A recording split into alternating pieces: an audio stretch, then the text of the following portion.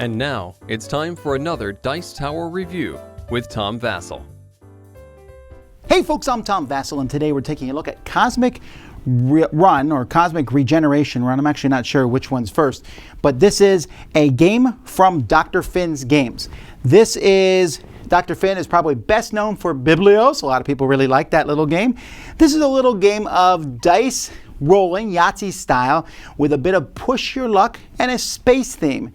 You're trying to get your ships to planets before those planets get hit by too many asteroids and explode. Get your money now while using the help of aliens and other things. Here's how it plays.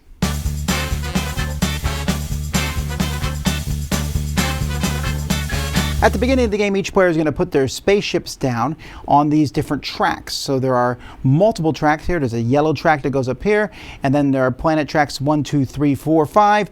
You might start farther depending on player turn order. Players will also start with some crystals depending on turn order. Now on a player's turn, they're going to take all their dice here, the 5 dice, white dice and a yellow die, and roll them. You can keep re-rolling dice, but every time you roll dice, you have to place at least 1 die on the board. So maybe I want this alien here. That alien requires a 4. I'll put that alien there. And then I'll re-roll the rest of my dice. So now I rolled a pair of 4s, so I'll put the pair of 4s there, and I'll re-roll again. Ooh. Now I'm going to put the 1 and the 3 here, and the 5 on this one here. And I'm done rolling. So the yellow die is also special. If you put the yellow die on the yellow track, that will end your turn immediately. So you probably want to do that at the very end. Once you're done, you're going to move your ships on each track depending on what you've placed there. 1s can only be placed in planet 1, and for each 1 you place there, you'll move your ship forward 1. Pairs can be placed here in the 2. For each 1 you have there, you'll move your spaceship forward 1. Triplets, 4 of a kind, 5 of a kind, and you'll move your spaceship forward 1 on each. On this track, you can put different dice, so you'll see the 1, the 3, and the 5 are all different. And for each different die, you'll move forward 1. And the yellow die, if you put that there, you'll move 1 for each pip on that die. So in this case, let's say I'm the red player. I'm going to go 1, 2, 3, 4, 5, 6, 7 on this track. I'm going to go forward 1 on this track. And I'm also going to get this alien card. Now, when you get an alien card, you can keep those in front of you, and you can use them whenever you want.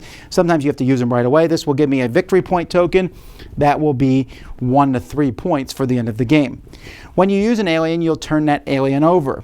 Also, when you get an alien, you'll put another one out there. Aliens can give you things like re-rolls, a virtual die, add 1 to a die, etc.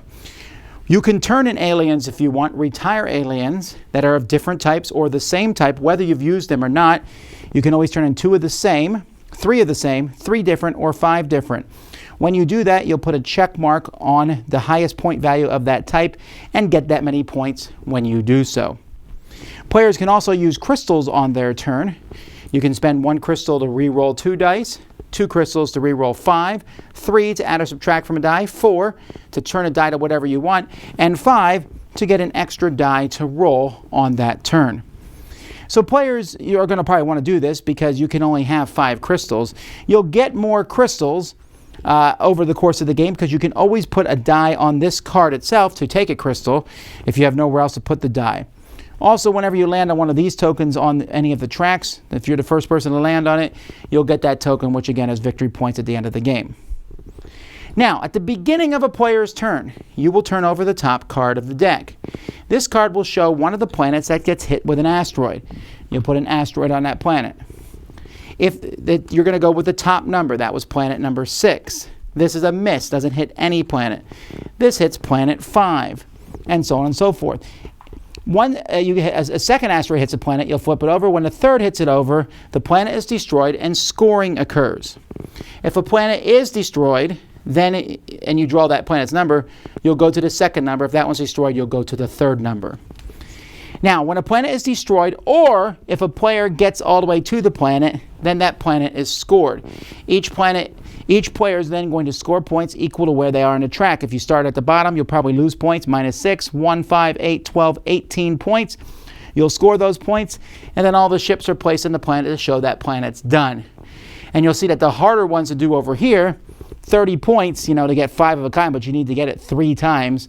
And if you don't, you lose -2.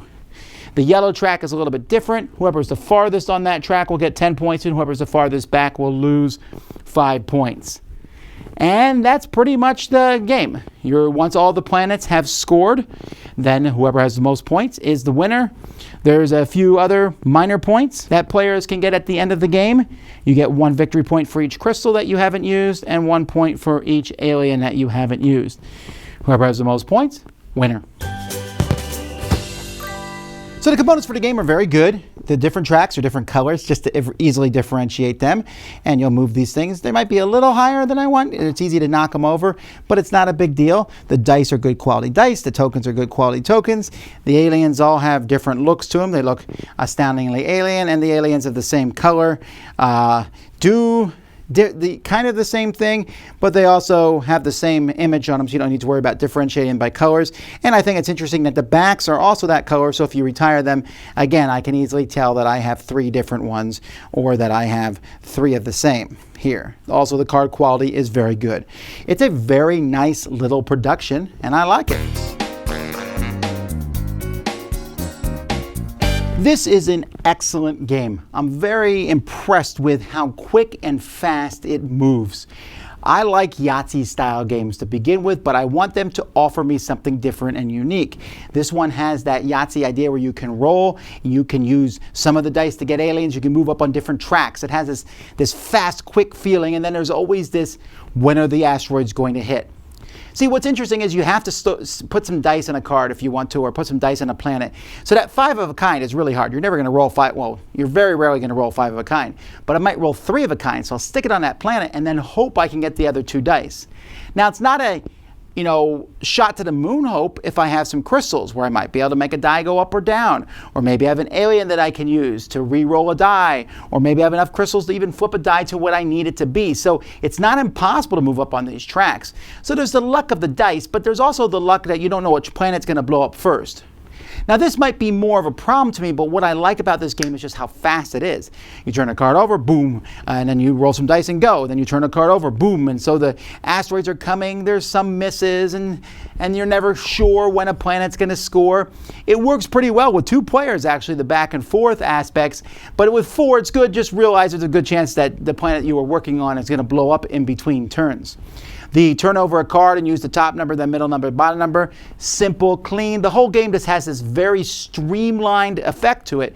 And you're trying to figure out what tracks to move on. The yellow track, which you can use that yellow die and move really fast on it, isn't really worth a lot of points, but if you manipulate it, you can get a lot of those chips, which could be valuable at the end of the game. And a side note, that might be the one thing, the chip value is 1 to 3. I almost rather it have been something like 2 to 4 because the 3 is 3 times as good as a 1 chip and it's random.